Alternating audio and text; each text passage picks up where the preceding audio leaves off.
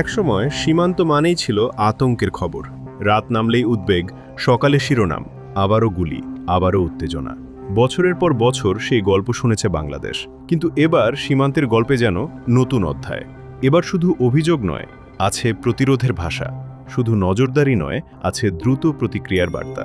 প্রশ্ন উঠছে, বাংলাদেশ ভারত সীমান্তে কি বদলে যাচ্ছে বাস্তবতা? সীমান্ত নিরাপত্তায় কি দেখা যাচ্ছে নতুন এক অবস্থান? বাংলাদেশ ভারত সীমান্তের ইতিহাসে একসময় সবচেয়ে আলোচিত বিষয় ছিল সীমান্ত হত্যা। দেশের বিভিন্ন প্রান্ত থেকে প্রায়ই খবর আসতে, কেউ গুলিবিদ্ধ হয়েছেন, কেউ নিহত হয়েছেন।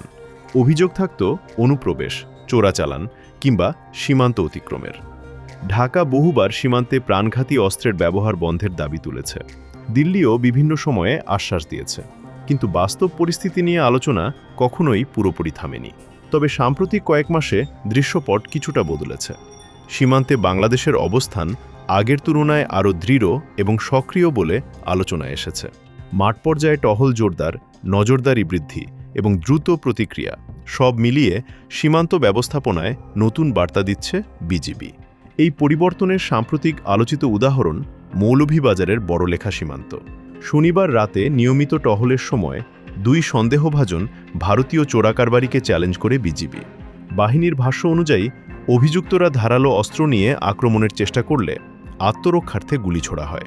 এতে একজন আহত হন এবং অন্যজন সীমান্তের ওপারে চলে যান। এই ঘটনাকে অনেকেই শুধু একটি অভিযান হিসেবে দেখছেন না, বরং এটিকে সীমান্তে বিজিবির বর্তমান অপারেশনাল অবস্থানের প্রতিফলন হিসেবেও দেখা হচ্ছে। একই সময়ে সীমান্ত জুড়ে চোরাচালান বিরোধী কার্যক্রমও জোরদার হয়েছে। মাদক, অবৈধ পণ্য, গবাদি পশু পাচার ও মানব পাচার ঠেকাতে ধারাবাহিক অভিযান চালানো হচ্ছে। বিভিন্ন সময়ে জব্দ হয়েছে বিপুল পরিমাণ অবৈধ মালামাল। এসব ইস্যু উঠে এসেছে সম্প্রতি নয়াদিল্লিতে অনুষ্ঠিত বিজিবি বিএসএফ মহাপরিচালক পর্যায়ের বৈঠকেও। সেখানে আলোচনা হয়েছে সীমান্ত হত্যা, অনুপ্রবেশ, মাদক ও অস্ত্র চোরাচালান, সীমান্ত অবকাঠামো এবং নিরাপত্তা সমন্বয় নিয়ে।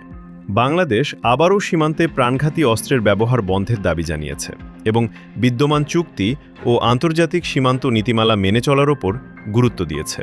তবে বৈঠকের পর যৌথ সংবাদ সম্মেলন না হওয়ায় সীমান্তের কিছু ইস্যু এখনও পুরোপুরি নিষ্পত্তি হয়নি বলেও মনে করছেন সংশ্লিষ্টরা।